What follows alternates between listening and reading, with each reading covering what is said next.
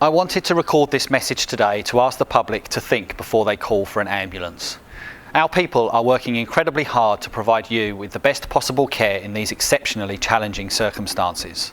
Our crews cannot perform swabbing or testing for coronavirus, so please don't call us for this reason. Please also don't call us for a checkup if you've symptoms of coronavirus. Our emergency ambulance service exists to help people whose lives are in immediate danger and not to give precautionary checkups. According to Public Health Wales guidance, if you are self-isolating at home, then you do not need to be tested.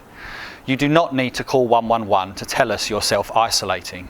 You should only call 111 if your symptoms worsen considerably or you cannot manage your symptoms at home. You can use our online symptom checker or access a self-isolation note via 111.wales.nhs.uk.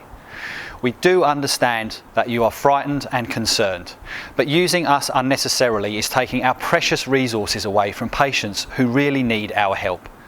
If you develop symptoms of coronavirus, then please follow the official guidance from Public Health Wales and self-isolate.